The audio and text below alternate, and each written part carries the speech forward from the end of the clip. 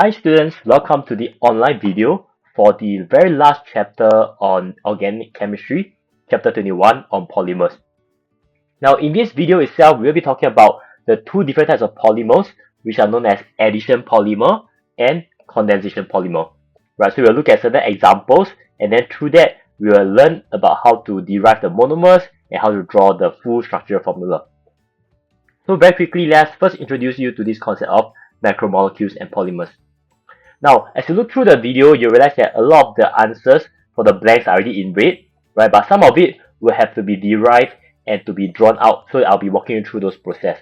Right, very quickly, a macromolecule refers to a very huge molecules.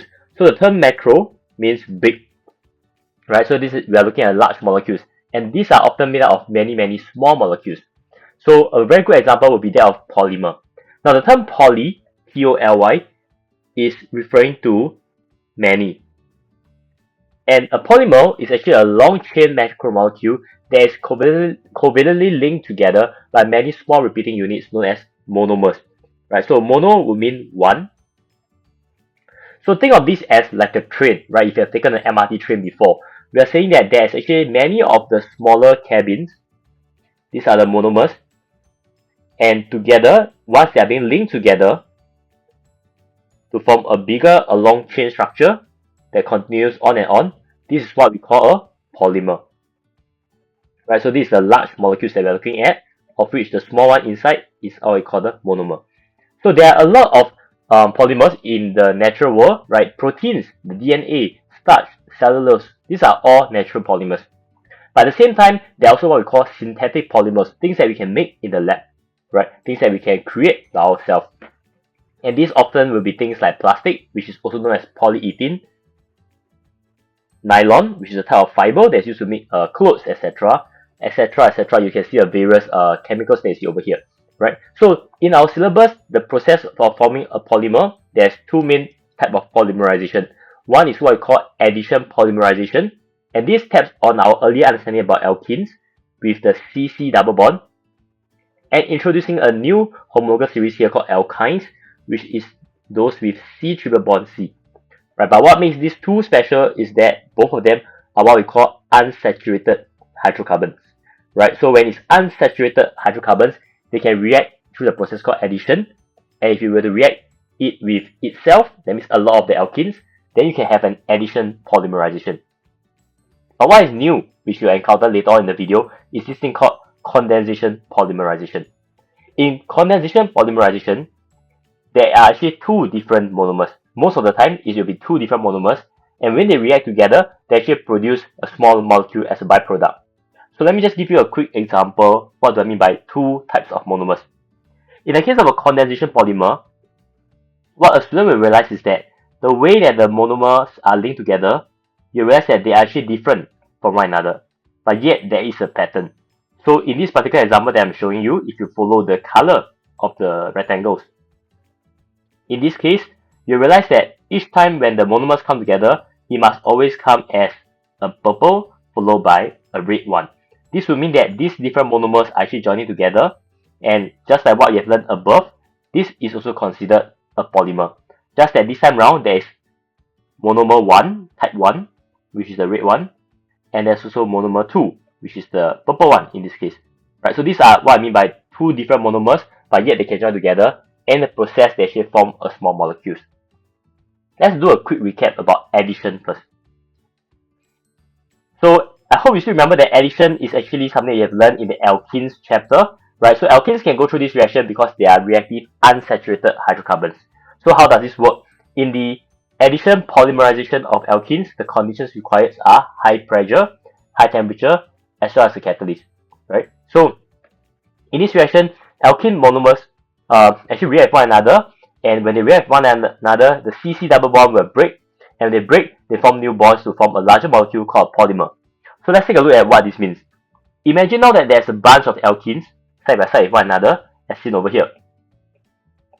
All of them have their CC double bond, and we know that in addition, what will happen is that one of the bonds is going to break. Now imagine now that they have all broken up their bonds, they will all look like this.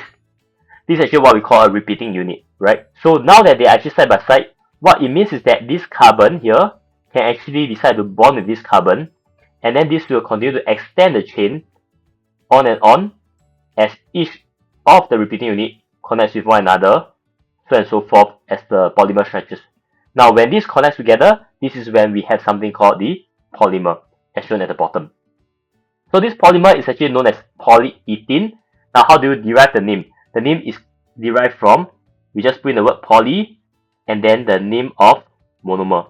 So in this case, if the monomer is ethene, which is a 2-carbon alkene, then it will be called polyethylene. Likewise for other chemicals. Alright, so that is something to take note of. In terms of the drawing wise, it is not possible to ask a student to draw this drawing 1 million or 1,000 times, but a polymer is really that big. So what do we get students to draw? Questions can request for 3 different modes of drawing a polymer, so do take note closely of how do you represent them.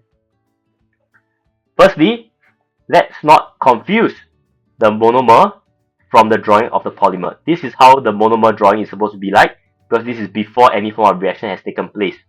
But when we talk about the drawing of the polymer, which is on the right hand side, this is actually what happens if the reaction has already taken place. So what is a repeating unit? A repeating unit would be to look at the monomer. Since this is an addition polymer, we'll just draw out the 2C, the H's, and the repeating unit is the one that has the double bond being broken up, and that's it. It's just like a person with the 2 hands sticking out on the left and right side. This structure will be repeated over and over again. Hence, it's called a repeating unit. Now, what if you are asked to draw 3 repeating units? This is one.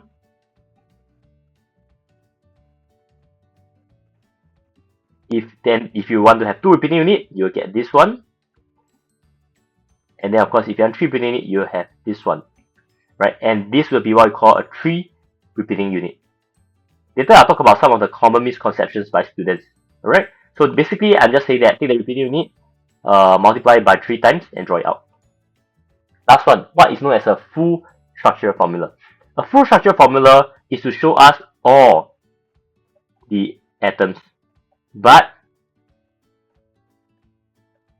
this is done with the help of n. N means a very large number, which we don't know how much it is. So how do you draw a full structure formula? Basically, you take the repeating unit again, but this time round, you're going to add in something called brackets. The brackets help to show that this thing is going to repeat. Now, repeat for how many times? Repeat for n times. Whereby n is actually a huge number that we will not talk about it. So what you see over here is that there's actually 3 ways to represent that the structure of a polymer formed from addition polymerization. Right? And it depends on what the question is asking for. Now, what could be the common misconceptions from students? Number 1, repeating unit. A lot of times students like to draw repeatingly as they draw the monomer, which in this case is the ethene, and then they just stretch out the left and right side. But this is not possible, right? Because if this is the monomer, then why is there still a double bond present in the middle? Right? So this should not happen at all. So this is a typical common misconception. Another common misconception for 3 repeating units is that students will take it as I draw 3 carbon. But this is not 3 repeating units. Because when you draw this out as a repeating unit, you are saying that you can only have 1 carbon and 2 hydrogen repeating each time and each time. Right? But there is no way that this can happen because we know that the monomer has to have 2 carbons to begin with. Right? So this is also not how 3 repeating unit is being written as. So do take note that this is also wrong. Alright? Then the last common mistakes from students. Full structure formula. Oftentimes, a lot of students, when they write a full structure formula, they will write the repeating unit, which is good. But somehow they will forget about the n. Right? And then this is not considered a full structure formula. Alright, so do take note that these are certain common misconceptions. Right, so as you're revising for this chapter, do come back to this video and look through and play at double speed to see what are some of the common issues. Now, how do you show this whole process in terms of an equation? If it's a word equation, of course you can just write ethene to polyethylene. Of course, if you were to use it in the form of a structure formula, you can also express it as what you see over here. Right, notice that there is this 2 double line that sticks out, and with the n, that is to show that this thing repeats for n number of times. But of course, if you were to ask me, I would say that as a student, right, most likely it's best to learn how to draw it in the third form, which is the one that shows the structural formula, because it then helps you to know how to arrange the monomers together. Okay, so this is just a recap on addition polymerization. Now let's take a look and try to practice some of the questions here. Right, so in your notes itself, you realize that there's a blank, so I'm just going to cover this up first. Right, then we'll walk through together how do you actually go about identifying the repeating unit. First question asks you to identify the repeating unit of the polymer. Right, as a student, when you read this question, right, I hope you can take note of a few things. Number one, the main chain is made of carbon. That means if you look at the middle chain here, it's basically just carbon joining to one another. When this happens, it means that it's likely to be an addition polymer. That means it came from an alkene that went through addition. Why? Because alkenes has carbon, and if you look at the middle chain, you realize that there is mainly carbon. Right, so do take note that you can actually use this to help you know, because later on you're going to learn about different type of polymer, and it can get a bit confusing. So the next step, how do you know what's a repeating unit? You need to ask yourself, when you look at this structure, do you see a certain pattern? Right? I think most students of your age are very good at reading patterns. You'll realize that hopefully by now that this thing is being repeated each time. And in fact, the next one that comes out most likely will be the same, so and so forth. So the repeating unit for this structure here will be this particular one. Take note, this structure doesn't have CC double bond. CC double bond is not the repeating unit. Repeating unit means that I can take this whole structure and I can repeat it many, many times. But then you work to the last step, which is to find the monomer. Now this monomer is the OG one, the original one. Okay, the original small molecule. So in this case, if you know that this is an addition polymer, we know that this is a repeating unit. What we need to do is to actually take this bond, and then close it back into the middle to form back the double bond. Hence, you end up with a monomer looking like this. Okay, so monomer, given that it's an addition monomer, it has a CC double bond. So I hope you can take note that when it comes to repeating unit, in this case of addition polymer, there is no CC double bond. Then when it comes to the monomer, there is a CC double bond, because they are actually different things, right? Not that we are trying to be strict. Okay, so this will help you to understand what's going on. Let's move on to question 2. Question 2 is showing a part of the structure of the polymer, and you are being asked to identify the molecular formula of its monomer. So likewise, do take note that you realize that the main chain is a carbon chain. So chances are monomers will be alkenes. So now it's up to you to look at this thing and see if you can see a pattern. Right, so if you are good, you should be able to realize that this entire structure here seems to be repeating itself over and over again. So in total, I'm actually looking at 3 of them in this particular diagram. 3 sets of them that's being repeated in this manner. Right, so what would be the repeating unit then? So first up, the repeating unit, if I were to draw out what I see on top, it will be dash CH, CH3, CH2 with another stroke. Right, this will be how the repeating unit looks like. So how do I know what's a monomer? I'll take this bond, and then I'll close back to in between the 2 carbon, and I should end up with a monomer looking like CH, CH3, double bond to a CH2. So what do we have here? If you count the number of carbon, this is actually our C3H6, which is our propene. So the name of this entire polymer will be there for called poly bracket propene. Right, that's how we derive the names. Okay, so I hope this gives you a bit of idea of how do you use the structural formula to derive the monomer, repeating unit, etc. Okay, so that is for question this particular question on the self-practice. Let's move on to page 4. So what exactly are some of the uses of plastics, right? So this is an example of plastic, as well as other types of addition polymers. Number 1, most of these addition polymers are actually good insulators of heat and electricity, and they are resistant to chemical attack. This is the reason why we often find them being used to make containers or certain pipes, etc. So plastics or polyethylene, for example, because it can be molded into different shapes, is often used in various things like making of toys, containers, plastic bags, etc., etc.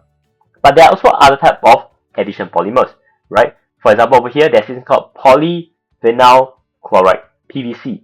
This is actually used to make pipes or your raincoats because they are waterproof, right? So if you look at this chemical called polyvinyl chloride, right? What this means is that the monomer should have a name also, and the name must be vinyl chloride because the polymer is called polyvinyl chloride. So the monomer will just be called vinyl chloride. Okay, the next one, polystyrene. Polystyrene is actually also known as, okay, so for the monomer will be just called styrene. But just for your info, polystyrene is also known as styrofoam, right? So I think you have heard this before at home or when you go out to tapao and whatnot, right? So styrofoam is that white color packaging. It's useful because it's hard, it's light, it can be brittle, right? So then we use that to make disposable containers. Okay, so this particular question, the practice that you see on this page, we're just going to try to draw structures that can be a bit more scary, a bit more confusing. For example, if it is styrene, how will polystyrene look like? Right, so when you look at styrene, do take note of that, the fact that it has this alkene structure, which is a CC double bond. Right, so now we're going to use this to draw out how the polymer looks like. So I'm going to draw a full structure formula. That's what the question wants. So if it's a full structure formula, it means that my drawing must have the bracket at the end with the line sticking out. Okay, so that's a full structure formula. So how do I go about drawing this entire thing? As a student, what I want you to take note is that whenever you are drawing an addition polymer, first and foremost, try to change your structure of the alkene into something that looks like this. Right, I know it sounds a bit scary, like why must you change it to look like this? The reason is because it will help you later on when you do the addition polymerization. So, how does it look like if it's changing the whole thing to like this? There's a C over here with CH2. This will mean that this C may carry the 2H. There's a C over here, there's a H, followed by this mega big structure, which is called a benzene. Then therefore, it should have a H, and then this mega big structure, which is called a benzene. So I'm just going to compress the entire thing. So this is actually the same as what you see in the question in terms of the structure of styrene. Now, how does this help you? Because when you're drawing the polymer, right, you can actually take this entire structure now. I'm just going to copy paste inside of the iPad. So here, remove the double line. From the new bond, there is one repeating unit, right? But if you want to draw a full structure formula, just draw a bracket, cutting across the line, and then draw the letter N, or rather write the letter N. This will be the full structure formula of polystyrene. Okay, made out of styrene. Let's try the other one, Teflon. Now, I'm not too sure how many of you at home, your parents actually use this thing called a non-stick frying pan, right? A non-stick frying pan uses this layer of coating called Teflon, right? Basically, it's this black thing that you see over there that prevents any eggs, meat from sticking to the pan, right? Because of the properties of it.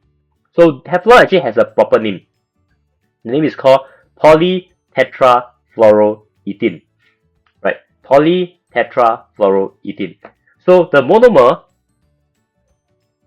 if you follow the name itself, must be actually called tetrafluoroethene. So what is tetrafluoroethene? Ethene means 2 carbon. So let's draw the carbon first. Since it's an alkene, there should be a double bond. Then each carbon should have 4 bonds, and therefore that's all that it has. The name says tetrafluoro. Fluoro is for fluorine. Tetra is 4 of them. So this structure actually looks like this. Right, so this is actually how a tetrafluoroethene looks like. Now when it reacts under high pressure, high temperature with a catalyst, you will then form your polytetrafluoroethene. Basically, I just add the word poly in front, right? It's nothing difficult. Since the structure is like this already, do take note that you can actually now do your bond breaking and to show you the bond forming. So in this case, I'm just going to copy and paste. You remove away the double bond. Then this time round, your carbon are the ones that are going to form one bond out and one bond out. And then this entire thing will be surrounded by a bracket with the letter N. Right, so this is how the polymer polytetrafluoroethene will look like. Right, so we can try out more, we can try the test series, but basically as a student, you must remember a few things. Number one, all these things that are looking at it over here so far are what we call addition polymerization. So they must be made from alkenes. Then that's how you can join the lines and so on and so forth. Later on, when you go to condensation polymerization, things can get a bit more tricky. Then we'll look at it in a case-by-case basis. Okay? Now, for condensation polymerization. Now, for condensation polymerization, do take note that it is very different from that of addition polymerization. Number one is because it's made by reacting two different types of monomers most of the time, right? So each of the monomer will actually now have a functional group at each end of the molecule. And in this reaction, what happens is that a small molecule is actually produced as a byproduct. Most of the time, the small molecule is actually water. So there are two main types of condensation polymers. One is what is known as polyester, and the other one is what is known as polyamide. Now, polyester will also mean that it's something that you have certain memory of, right? Because we have learned about the fact that esters are formed from carboxyl group, which comes from carboxylic acid, plus the hydroxyl group, which comes from the alcohol, right? So it's true that when later on we look at the example of polyesters, using terylene as an example, you realize that you'll see the alcohol group and you'll see the carboxylic acid functional group in the structure itself. Polyamide, on the other hand, is something that's going to be pretty new, so we're going to talk about it later on as well. So let's start off with condensation polymerization first. Now, if you look at the example given here, terylene is a type of polyesters. This time now, if you look at it, you realize that the structure no longer has the familiar CC double bond anymore. Because this then taps on a different kind of understanding and different kind of concept, right? So the structure that you see over here are what we call a dicarboxylic acid, shown on the left side, and what we call a diol on the right hand side. Diol will mean that it has double of the alcohol group, or the double of the hydroxyl group. Dicarboxylic acid will also mean that it has two of the carboxylic acid. You can look at the structure itself. So how does this reaction happen? So I'm going to just draw out the thing, and I will encourage you to do it as well. We are using the colored yellow box and blue box so that we know that there's actually other structures here. So we don't draw out everything in the middle, but there's actually other atoms like carbon, etc. So we just use the boxy structure to represent what it looks like. Same for O level itself, they also will do that, right? Because it doesn't make sense to draw out the entire structure. Then you have your diol, which is the structure that has two of the hydroxyl group. Now you will recall that when there is a formation of an ester, right? I hope you still remember about this thing. There's actually a reaction between the functional group of this carboxyl group over here and that of the hydroxyl group. So what actually is reacting is this OH and this H will actually come together, and then you will form a H2O. And in return, what you have is that this entire structure of the alcohol, that's shown over here, will actually form a new bond with the entire structure of the carboxyl group, that's shown over here. Yeah, I'm skipping a little because I'm using iPad, but you do have to draw it out, okay? Just erase away this highlighted part. Right? And then what you realize now is that actually in this reaction, if you were to keep repeating this entire process, what it will mean is, if let's say there's another diol over here, let's say there's another dicarboxylic acid over here, this structure will keep reacting, and then you will join a lot of the different monomers of the different types of structures together, one at a time, alternating with one another. So what do I mean by that is, assuming that there is another alcohol that is now on this side of the dicarboxylic acid. So what it will mean is that it's also possible for this alcohol to react with this carboxylic acid, and then they form a bond. So likewise, if let's say there's another of the carboxylic acid on the other side, it's also possible for this alcohol group to react with the carboxylic acid group, and then the bond just extend and extend over and over again. So what I need you to notice is, if this reaction goes on and on, and this is being repeated, what will end up happening is that we will actually have this entire big structure. We're not going to draw the whole thing, okay, because it doesn't make sense to do that. So later on we'll start to look at the repeating unit, etc. If this keep repeating, what we'll end up having is, we will now have a structure whereby the dicarboxylic acid will no longer have the original carboxyl group because they will have all reacted. The alcohol will no longer have the original alcohol group, the hydroxyl group, as they will have all reacted. And then you actually end up with this structure of the polymer. So let's take a while to understand what's going on first. Okay, we can draw it out a few more times and repeat this a few more times so you can see what's going on. So essentially, what will happen is that this reaction will keep repeating and repeating over and over again until all the monomers are being used up. But do take note that we have a lot of them. So take note of what's happening on this screen first, right? The next part, I don't need to copy down, right? Because it will be a bit messy. So if I were to show you what actually happens in the reaction. In the reaction, what happens is that we actually have a lot of the carboxyl group and a lot of the alcohol group.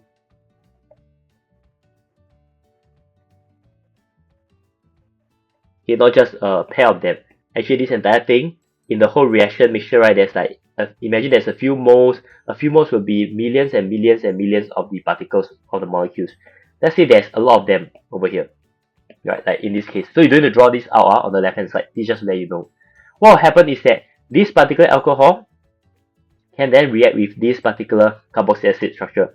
So when it reacts together, what happens is they form a bond, right? Like what we said just now. So this structure will then connect this structure. But in the same reaction mixture, there is also this carboxylic acid, which can then also want to react with this alcohol. And what will you get? You end up with this structure over here.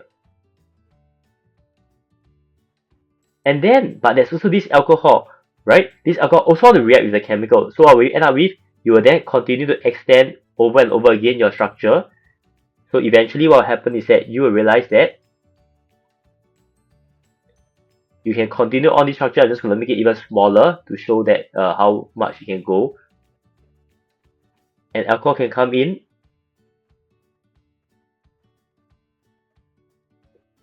Over here. And then alcohol can come in over here. And then if there's another dicarboxylic acid, it can also come in. And the reaction just keep going on and on and on and on. Then there's no end to the whole reaction, right? So the whole reaction keep going on and it doesn't stop. So what will happen is that this reaction will continue. It becomes a mega long chain. But as a student, when you look at this structure here, I hope you can see that there is a certain pattern. Right? A pattern in the sense that once you see a single O with a green box followed by a single O, you will immediately see a C double bond O followed by a purple box followed by a C double bond O. Then the same thing will repeat again. A single O followed by a single bond to a green box followed by a single bond O to a C double bond O, so on and so forth. So this is what we call the structure of pterylene, right, which is actually made up of the reaction between a dicarboxylic acid and alpha diol. Right, sounds pretty confusing, right? Okay, the good news is that in our syllabus, this is usually the example that we need to know. Okay, because if they want to test it on esters, right, polyesters, they will usually draw something that looks like this, right? So they will use a box to represent the middle part, right, instead of drawing out the whole thing. So what will be the repeating unit of this whole structure? Repeating unit will be almost entirely the same as what you see above, just that now we don't need to have the bracket. Later I'll fill back the bond. We don't need to have the N, and then we have the line sticking out to show that this thing can go on and on. Right? This is known as, therefore, polyesters, as it contains many ester linkage. And what is an ester linkage? This is an ester linkage, right? C double bond O, single bond O, continue with whatever it can be bonded to. So this is called an ester link, right? And ester is what you have learned in the previous set of notes on alcohols, carboxylic acid, and esters. Okay, so that's how a polyester actually looks like. I hope it's not getting too confusing, right? Basically, the idea is to remember about the reaction between your carboxyl group and that of the hydroxyl group. Now let's move on to take a look at some other examples. Polyamide. Now polyamide, it then involves a different kind of structure now, and you see this thing called diamine. It's still a dicarboxylic acid, but this time you have something totally different called a diamine, as if it's not confusing enough, right? So what I'm going to draw it out now here is similarly, I'm just going to use the boxes to represent what's there. So this is a dicarboxylic acid. And this is a diamine. Okay, this is new to you, so you kind of have to learn as you go along. A reaction between a carboxyl group and amine group. So carboxylic acid plus this new group that you never see before, amine, actually form what I call an amide. Okay, now this is going to be entirely new. So reaction wise, similarly, the carboxylic acid is going to lose the OH. And for their structure, just like the diol just now, it's just going to lose one of the H. And then the bond comes together. So let's try to draw this out and see how it looks like. So over here, I have my carboxyl group. When the reaction happens, this OH disappears. It gets broken up. Then you have your alcohol group. What happens when the reaction happens is that this H will disappear, and then they will actually form this particular bond that you see over here. In the process, H2O comes out. I hope you see where this is getting to, because you realize that it's pretty similar to amides. Sorry, pretty similar to esters, right? Just that now you are learning a different kind of bond. And then if this were to repeat, any idea what will happen? Which will be the next part that's being reacted? I hope you can see that this carboxyl group will also want to react, and then this amine group will also want to react, right? So what this means is that as the reaction continuing on and on and on, your structure will end up looking like this, with a bracket that cuts through the line with an N, and N amount of H2O will come out. And therefore, this is actually how the full structure formula of nylon will look like. Confusing, right? Because just now you learn about esters, now you learn about nylon, right? Which is a polyamide. Because amide is really new to you already. And now we are asking you to form the structures. But if you think about it for a second, it is the same logic as how the alcohol would have reacted. Just that now there's an N lah. It's something that's different. Okay? Then in terms of repeating unit, similar to what it looks like over here, but we shouldn't have the bracket, we shouldn't have the N. And then the lines, or rather the bonds, should be shown as you can see over here. Okay? And this is what I call polyamide, because it contains many amide linkages. And what exactly is that amide linkages? They look like this: C double bond O, single bond to an N, single bond to a H, and then a single bond. These are what we call amide bonds. Right? Of course, over here it's drawn in a different manner, but like what you know, it doesn't matter whether the H is pointing up or the H is pointing down, at least in O level. Okay, so this is what we know as polyamide. Okay, so later I'll do a quick summary at the end of this video, so do take a look at it. Right, so we have learned about condensation polymerization using polyester and polyamide as examples. Right, the logic is that you need to have two different types of monomers, and the process you form a small molecules.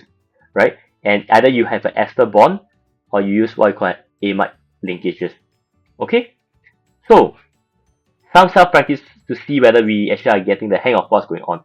What you see over here in this diagram is a structure of a polymer, and if we realize that there's this bracket with this N, right, this would mean that this entire thing inside is a repeating unit. And now if you look at it, if you recall just now the questions that we go through, look at the main chain.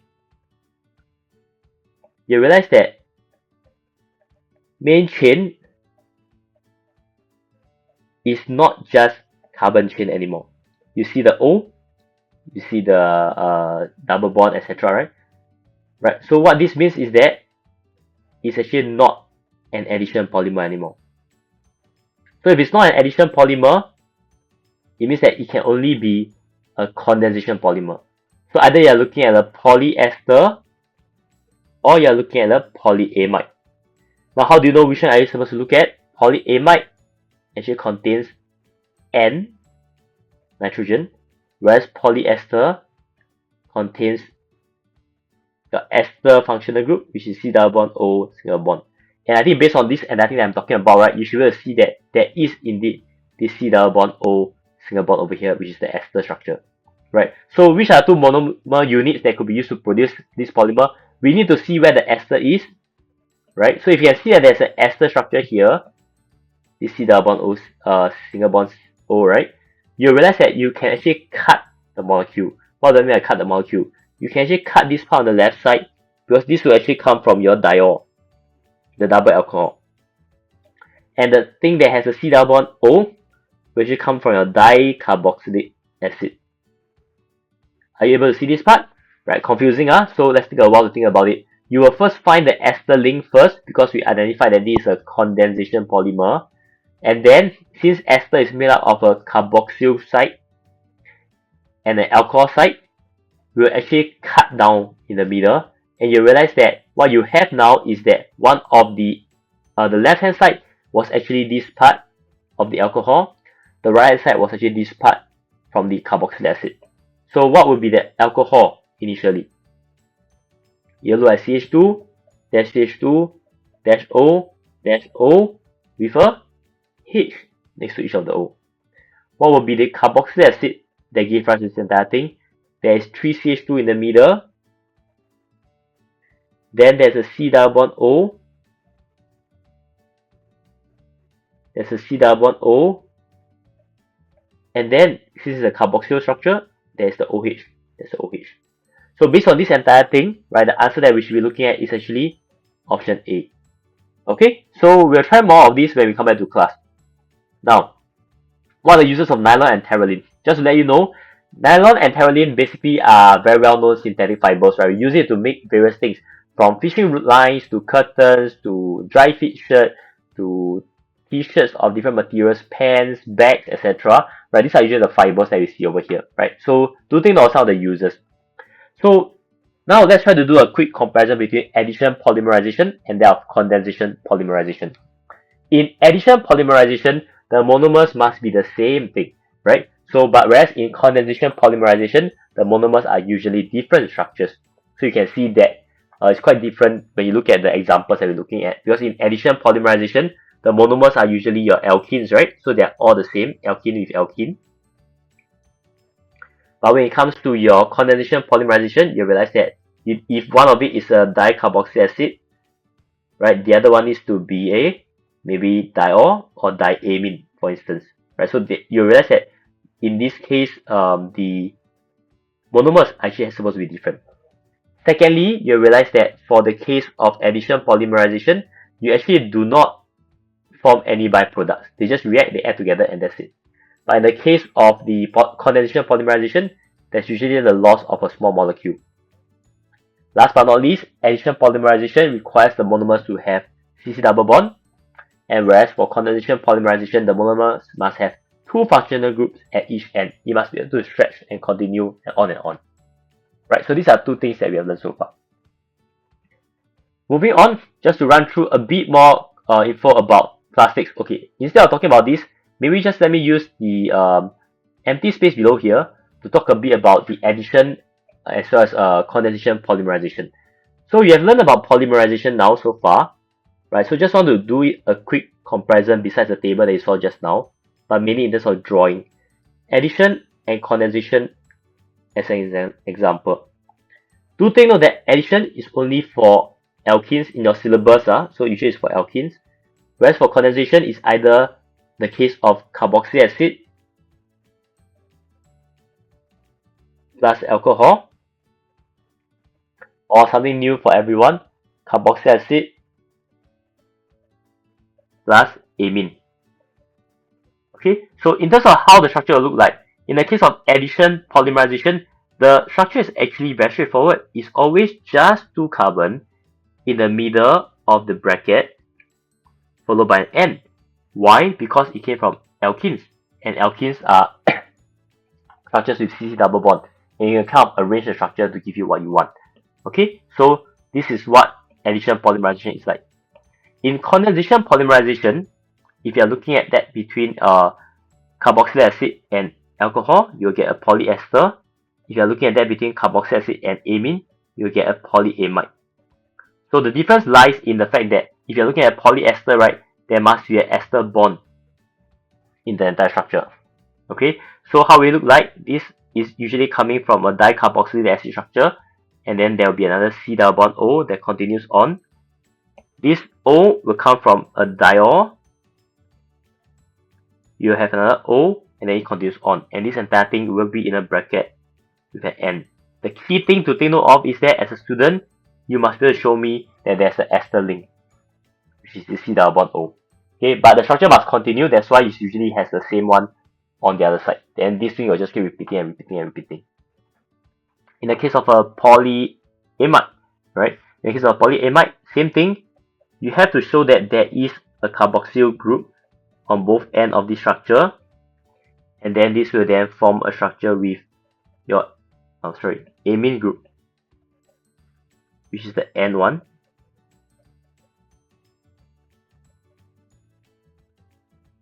Right, and the entire thing will be in bracket followed by N, and of course the main thing I want to see is the amide functional group. Right, so I hope as you are looking at this thing you realize that actually the structure of that of an addition polymerization and that of condensation polymerizations actually look very, very different. Right, so beyond the difference that you see on the table, which you must study because O-level they like to ask, you must also know how to recognize the structure, because usually addition polymer is a lot more straightforward. Okay, so the last part of this chapter is pretty straightforward already. We're just going to talk about plastics, right? What are some of the harmful effects of plastics and how do you actually minimize these issues? Now, we all know that plastics are what we call non-biodegradable substance, right? Non-biodegradable means that they cannot be broken down in the presence of air or water if left on its own. But yet, we use a lot of plastic. And the reasons as such, right, it's cheap, can be molded, it's lightweight, it's waterproof. But we do know that plastics, when it goes to the land, it will cause land pollution because they are non-biodegradable, cannot be broken down. If they go into the water, worse still, the marine animals might mistake it for food and they might kill them. If you were to burn plastic, you then release poisonous gases, which is going to be harmful for us. These gases could either be carbon monoxide or other kind of harmful gases. So there is actually a lot of problems that comes with plastic, but yet we use it because of the advantages. So scientists have actually taken some time over the years to develop ways to dispose of plastics in a more environmentally friendly manner. But of course, it's not the best still, right? There's two main methods. One is to use physical methods. Physical methods will be to actually break down the plastics into smaller pieces. The plastics actually doesn't change the chemical wise. This will involve maybe heating, melting into small pieces, then grinding it into smaller bits, and this will be then used as pellets. Then the pellets can then be used to make other products. So that is the physical method of mechanical recycling. But more recently, people have been using chemical ways of recycling plastic, and that is to add in certain chemicals or to make it go through certain reactions to break down the plastics into a different chemicals. Now this time around there is a change, right? There's a chemical reaction. So what would be one that we are very familiar with is actually cracking, right? Cracking allows us to form smaller chains, alkanes and alkenes. So you know that plastics are huge, right? Because plastics are macromolecules. So if you were to crack the plastics,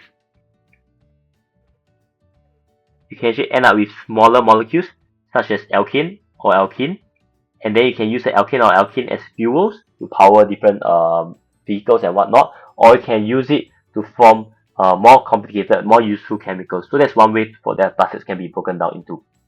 The other one is what called depolymerization. As you can see from the name, depolymerization means the reverse of polymerization. So now you're going to break them up into their individual monomers, separating them out from one another. And this is done through using acid as a hydrolysis, so to break up the structure to go back to the monomers. So this is how a polymer looks like, right? So basically, you'll notice that in this polymer is actually a polyester. So what does the chemical do? It breaks it apart down the esters. So you return this entire thing as a dicarboxy acid, and you return this entire thing all the times it appears as a diol. Right? This is how the depolymerization looks like. There's no need to know the details of the mechanism. Just need to know that this process happens. Alright? And last but not least, recycling plastics. Okay, we do take note that no matter what, both methods can do have certain issues. Number one, there can be environmental issues.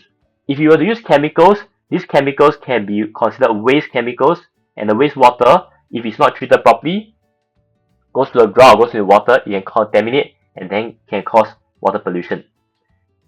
Secondly, these are very, very expensive process. Then just simply say that let's bring it to the Senako landfill and throw it over there. Or then just saying that how about we just burn it? Right? Because to transport all the waste to the plant to do the processing takes money. To use the energy takes money. to use a chemical, it takes money, right? So all these things is sometimes a lot, makes it a lot harder to want to recycle plastic. So people just rather put in the landfill or to burn it because it's not economical. Okay. Third one, in terms of recycling plastics, I think this is more common to all of us. We should really relate to it. People always find it more convenient to just throw away the plastics rather than thinking of recycling, right? So that's number one. Number two, many people may not be aware of how to even recycle plastics, which part of the bin to throw. For instance, what can be recycled, what cannot be recycled. And the third one is that actually it takes time and effort to change the lifestyle. Now, how many of us at home we actually use plastic bag to throw our rubbish, right? If now we say that there's no more plastic, how are we gonna throw our rubbish then, right? So that actually requires a big shift in terms of our lifestyle. Okay, and we have come to the end of the chapter on polymer. It's quite a big chapter. We actually started off by introducing everyone to macromolecules, the two different types of polymers. Then we zoom into addition polymerization, which is mainly an extension of the notes on alkene. We talk about certain self-practices, how do you look at patterns, how do you draw out the structures of the monomers, repeating units, etc. Then we went on to talk about the uses and the functions of certain addition polymers before we started on condensation polymers. Right? In condensation polymer, it's a lot more tricky, but in our syllabus, we focus on polyester as well as polyamides. Likewise, we spoke about the functions of them before we ended off by talking about how plastics can cause certain issues, even though we know how to recycle it using various methods, but there are still certain trade-offs that comes with it. Alright, and with that, we have come to the end of this chapter, which is essentially the last part of the syllabus. And we will go back to class to run through the questions and start preparing for the prelims exam. Thank you.